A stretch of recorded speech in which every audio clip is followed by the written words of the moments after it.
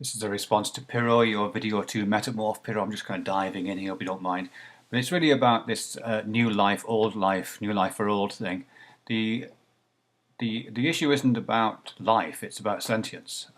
Sure, living cells, of course, are constantly forming inside us. You mentioned egg cells forming inside the body of a female, and those ultimately resulting in new people in the world, but as cells they are alive for a lot longer than the time they actually prior to their emergence.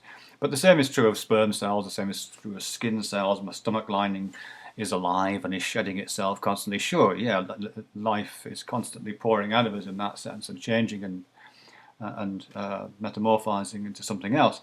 But we're not talking about life, we're talking about sentience. And sentience does originate with new children. I mean, that's the point, isn't it? I'm not trying to make a coherent argument for antinatalism or natalism, but I'm just trying to specify the terms. And life isn't a good word here. Sentience is the better word.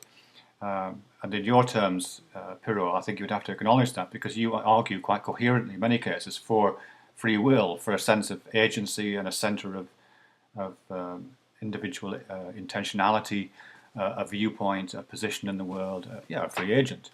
And that's the feeling of sentience that we're essentially talking about here.